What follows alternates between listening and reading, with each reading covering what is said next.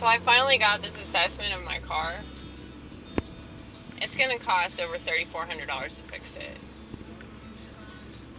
Now, you guys know me.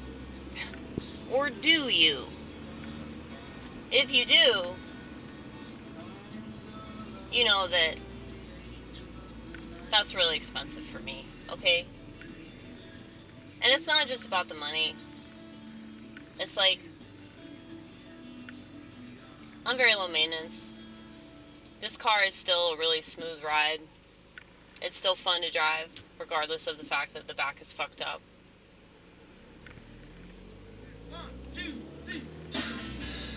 I don't know if y'all are familiar, but I hit a guardrail in January, and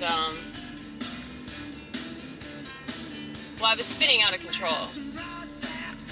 Like I was spinning around and around in a circle on the interstate, and then hit a guardrail as a result of that. And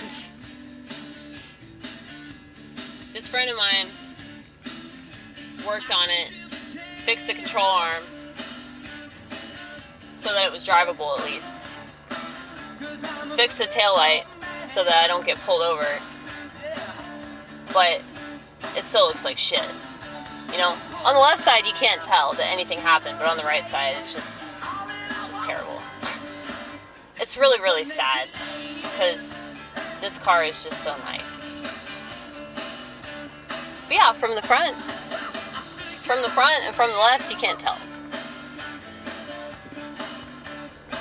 But, you know, from the right it looks really bad.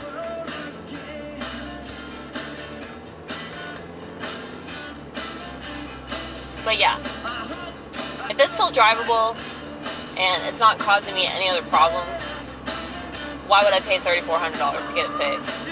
You know, other than pride, you know? Like, I don't want to drive a vehicle that looks like shit. I see people driving around cars all the time that look like shit. It doesn't matter. If it gets you where you need to go, who cares how it looks? But that's just kind of my general motto anyway. You guys, I just bought this Paul Westerberg CD and I'm so excited. It was only $5. I'm glad it wasn't scratched.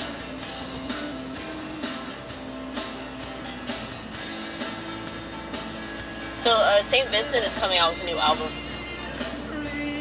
It's coming out April 26th. And I've already heard like the first 2 singles from it and they're fucking amazing. Like she's definitely doing this 90s grunge vibe. And it's pretty cool. And I think Dave Grohl's on the drums. At least that's what it looked like. No, I don't think much of Dave Grohl, but I know he's a good drummer. Yeah, her last album was very 70s. And so it kind of makes sense that this one would be really 90s. Because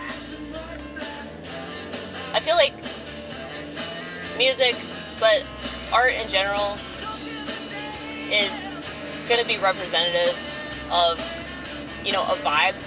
And I think that the vibe that we're experiencing right now is nostalgia. And so it makes sense why, you know, a lot of my art is very 90s-esque, you know, hence this hat. See that?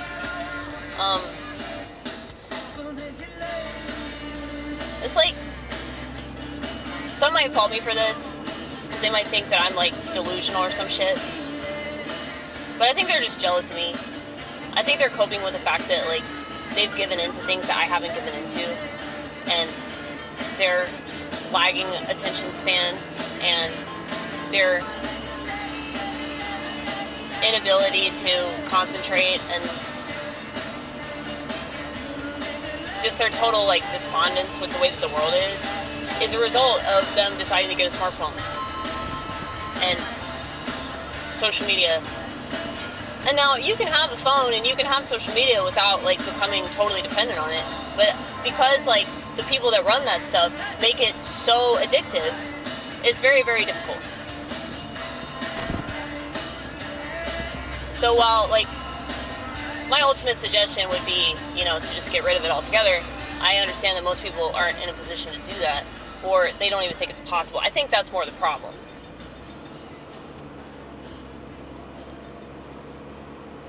The fact that they can't even fathom that that's even remotely a possibility is a huge part of, like, why we're in this position right now.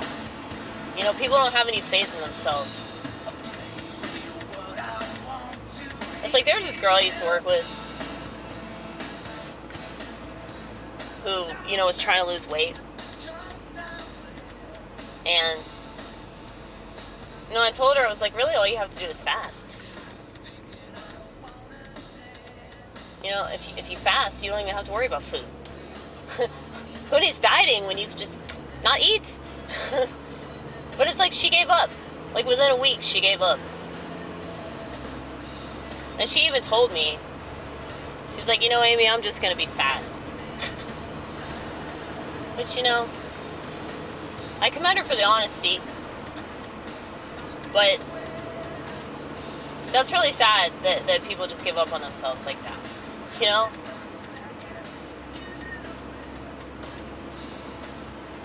But it's too easy to do that. And there are no kind of incentives for living right other than, you know, you have more self-confidence, you have more energy, you sleep better, you think better, you feel better. You know, that's a major incentive, but I guess it's not. Like, there aren't financial incentives.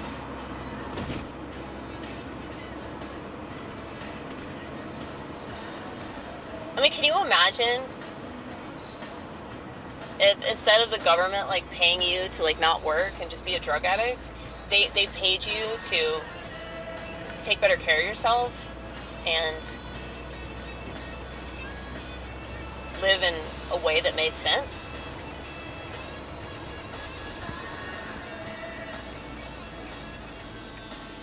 I mean, we can't pretend that the world's good. We can't pretend that's even possible, okay?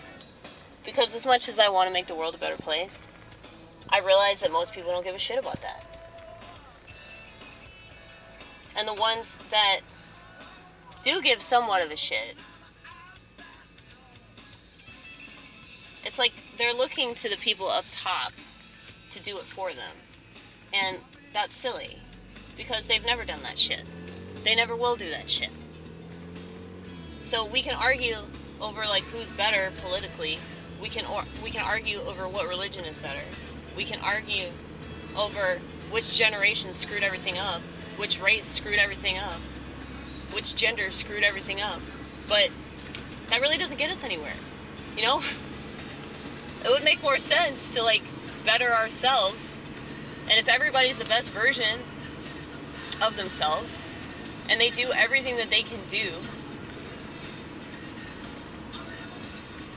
to achieve, like, you know, the highest form of advancement in relation to, like, their spirit, in relation to their mental and emotional well-being, then, you know, this world would be so much better. But people are lazy. You know, people are so fucking lazy. And it's hard not to be depressed about that.